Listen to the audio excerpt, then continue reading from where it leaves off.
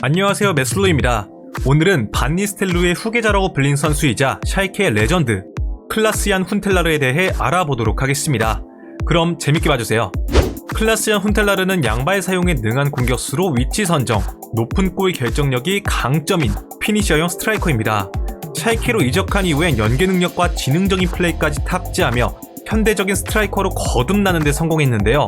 이러한 훈텔라르는 사실 또래들에 비해 유망주에 머물러 있던 기간이 굉장히 길었던 선수였습니다. 한 살 아래인 스네이더가 일찍이 레알 마드리드에서 주전으로 뛰고 있었던 반면 훈텔라르는 PSV 프로 승격 실패 후 2시즌간의 하브리그 임대를 전전했었는데요. 그가 본격적으로 이름을 알리기 시작한 것은 0506 시즌 득점왕에 등극한 순간부터였습니다. 그리고 0708 시즌에 또다시 득점왕에 등극하자 그의 주가는 치솟기 시작했죠. 하지만 아약스는 완강하게 나포 세일을 유지해왔습니다.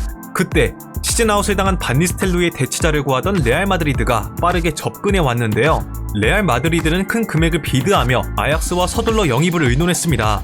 결과적으로 이적료 약 500억 원의 계약 기간은 2013년까지로 이적이 성사되었죠. 당시 분위기만 해도 훈텔라르의 가능성과 잠재성을 보면 반 니스텔루이를 충분히 대체할 수 있을 것이라는 의견들이 많았습니다.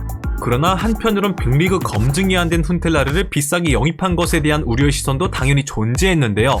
무엇보다 훈텔라르가 이전의 부상으로 몸 상태가 제궤도에 올라온 상태가 아니었기 때문에 적응기가 길어질 수 있을 것이란 우려가 가장 컸습니다. 안타깝게도 이러한 우려들은 맞아떨어졌습니다. 우선 후안데 라모스 감독은 공격수들에게 공중볼 장악과 측면과의 연계 플레이를 강조했습니다. 그런데 훈텔라르는 이러한 점에선 약한 면을 가지고 있었는데요. 또한 유망주 이과인의 경기력이 올라오고 있는 시기였던 터라 결국 그는 주전 경쟁에서 밀려나 버리고 말았습니다. 그럼에도 후반기 20경기 8골이라는 괜찮은 성적을 내며 다음 시즌을 기대하게 만들어주었죠. 그런데 이 시기에 갈락티코 2기 정책이 시행되면서 훈텔라르는 강제적으로 불과 반년 만에 팀을 떠나게 되었습니다. 그렇게 이적하게 된 팀이 바로 AC 밀란이었는데요. 사실 밀란도 훈텔라르의 영입은 최선책이 아닌 거의 3순위 영입과도 같았습니다. 카카를 레알 마드리드로 보낸 후 더욱 열버진 스쿼드를 채우기 위해 영입된 것이라고 할 수 있죠. 따라서 밀란에서의 생활도 녹록지 않았습니다. 동료들과의 연계 플레이에 어려워하는 모습을 보여주며 밀란의 전술에 전혀 녹아들지 못하는 모습을 보여주었는데요. 결국 주전 경쟁에서 또다시 밀려나 버리고 말았습니다. 이후 그는 질라탄이 이적해오면서 반강제적으로 팀을 떠날 수밖에 없게 되었고 그렇게 10-11 시즌 분데스리가의 샬케로 이적을 떠나게 되었습니다. 그런데 샬케로 이적한 훈텔라르는 발군의 실력을 보여주기 시작했습니다. 11-12 시즌엔 연일 득점 행진을 달리더니 리그 32경기 29골 8도움을 기록, 득점왕에 등극했는데요. 그는 샬케를 리그 3위로 이끌며 챔스 진출까지 이뤄냈습니다. 그러자 제2의 전성기를 맞이한 훈텔라르에게 프리미어리그의 많은 팀들이 접근했습니다. 리버풀과 첼시, 아스날 등 스트라이커를 급구하는 팀들이 영입 경쟁에 뛰어들었죠. 하지만 그는 샬케에게 충성심을 드러내며 재계약을 체결했습니다. 시간이 지나 14-15 시즌 훈텔라르는 여전히 녹슬지 않는 실력을 보여주며 샬케의 공격을 이끌었습니다.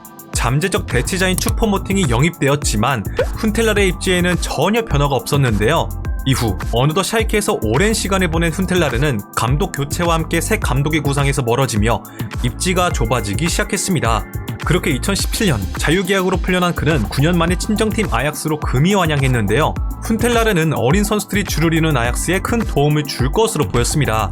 그리고 복귀 시즌에 리그 28경기 무려 13골 8도움을 기록하며 기대에 걸맞는 활약을 펼쳐주었죠. 다음 시즌엔 감독이 테나우로 교체되면서 출전 기회가 확연히 적어지긴 했으나 여전한 득점력을 보여주며 아약스의 더블에 일조했습니다.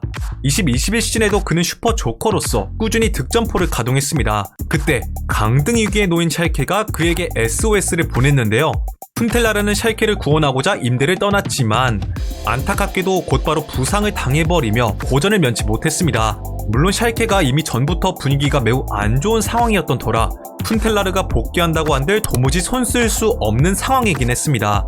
그렇게 샬케는 빠르게 강등이 확정되고 말았고 비록 훈텔라르는 친정팀에 복귀하여 잔류를 이끄는 낭만적인 모습을 남기지 못했지만 그럼에도 팬들과 동료 선수들에게 찬사를 받으며 현역을 마무리할 수 있었습니다.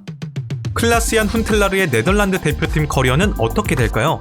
훈텔라르는 대표팀 통산 76경기에 나서 무려 42골을 기록했습니다. 경기당 약 0.6골에 해당하는 엄청난 수치인데요. 그는 데뷔전이었던 2006년 아일랜드와의 친선전에서 이 골이 도움을 기록, 네덜란드가 기록한 모든 점수에 관여하며 센세이셔널한 데뷔전을 치렀습니다. 하지만 이 당시 대표팀의 주전 스트라이커는 엄청난 위상을 지닌 반 니스텔로이였고, 따라서 훈텔라르는 좋은 활약을 보이고 있었음에도 반니의 백업으로 유로 2008 대회에 나설 수밖에 없었습니다. 훈텔라르는 대회가 끝나고 판마르바이크로 감독이 바뀌면서 본격적으로 중용받기 시작했습니다.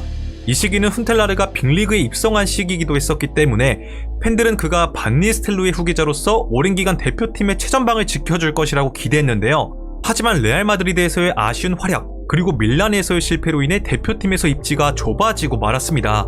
결국 2010 남아공 월드컵에선 반페르시의 백업으로 대표팀에 승선하게 되죠. 그리고 이후에 샬케에서 부활에 성공하자 그는 다시 한번 주전 스트라이커로 등극하는 데 성공했습니다. 유로 지역 예선전에 나선 훈텔라르는 가공할 만한 득점력을 선보이며 네덜란드를 멱살 잡고 본선으로 이끌었는데요. 그러나 정작 유로 2012 대회에선 주전으로 뛰지 못했습니다. 훈텔라르는 2014 브라질 월드컵에서도 주전으로 뛰지 못했습니다. 그래도 폼이 좋았던 시기였기 때문에 조커로선 상당한 영향력을 과시했죠. 그의 영향력이 어느 정도였냐면 국내 언론에선 후반에 교체로 들어와 분위기 반전을 가져오는 글을 두고 훈텔라르 효과라고 부르기까지 했을 정도였습니다. 그렇게 훈텔라르는 네덜란드가 월드컵 최종 3위로 대회를 마무리하는 데 기여했습니다. 이후 훈텔라르는 잠시나마 세대 교체를 진행 중이던 네덜란드의 주전 스트라이커로 올라설 수 있었습니다. 그리고 2016년 3월 잉글랜드와의 친선전에 부름을 받은 것을 끝으로 더 이상 대표팀의 부름을 받지 못하며 자연스럽게 대표팀 은퇴를 하게 되었습니다. 한때 콰반마눈이라 불리며 세리아 먹튀 4인방 중 한 명이었던 훈텔라르가 샬케에서 부활에 성공하고 구단의 레전드 반열까지 올랐다는 게 정말 신기할 따름입니다. 세리아에서 실패할 때까지만 해도 역시 거품이었다는 의견들이 지배적이었을 뿐더러 다른 곳에서도 성공할 수 있을 것이란 기미가 전혀 보이지 않았었는데 말이죠. 훈텔라르에게는 분데스리가가 잘 맞았던 것이었을까요? 확실한 건 샬케에서 스텝업을 한 것은 맞는 것 같습니다. 아무쪼록 훈텔라르가 무시받던 시기도 있었지만 유럽 탑클래스급 공격수였다는 것을 알아주셨으면 좋겠네요. 자, 지금까지 반 니스텔로이의 후계자라고 불린 선수이자 샬케의 레전드 클라스얀 훈텔라르에 대해 알아보았습니다. 재밌게 보셨다면 좋아요와 구독을 부탁드리며 다음에는 더 재밌는 컨텐츠로 찾아뵙도록 하겠습니다. 감사합니다.